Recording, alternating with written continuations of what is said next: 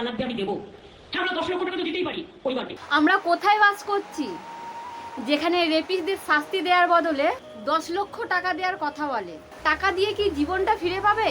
পাবে না তো। তাহলে খুনিদের খুঁজে বের করে কঠোরতম শাস্তি দেওয়ার কথা দিন, 10 লক্ষ টাকা না। कोई कपड़ा नहीं था, पैर दोनों राइट एंगल में मिला गया, राइट एंगल में एक पाँव बेड के इस तरफ, एक पाँव बेड के इस तरफ मिला गया।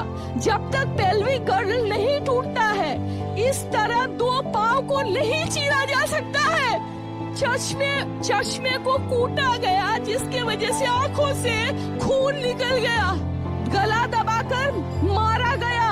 ये पूरा पोस्टमार्टम रिपोर्ट में वायरल हुआ है, आप लोग कृपया देखिए।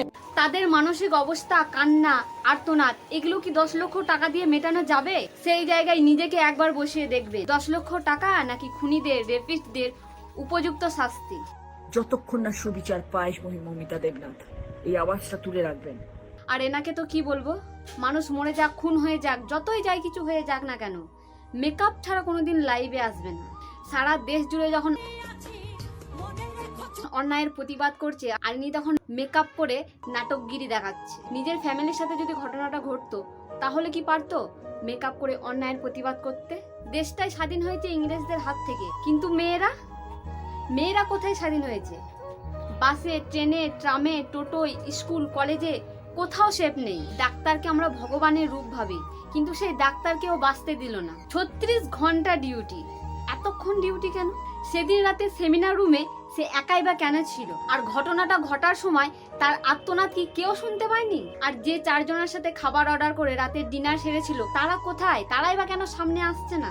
কেন প্রতিবাদ করছে না? গোটা দেশ যখন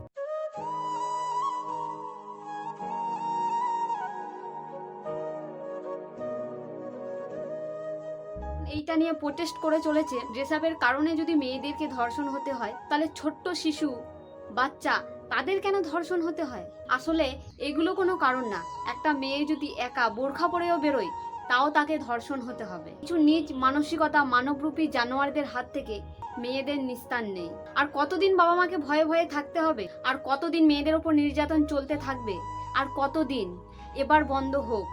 আর.জি. কর কলেজের ঘটনার জন্য যারা যারা দায়ী, তাদের প্রত্যেককে খুঁজে বের করে তাদের যেন কঠোর থেকে কঠোরতম শাস্তি তারা যেন পায়।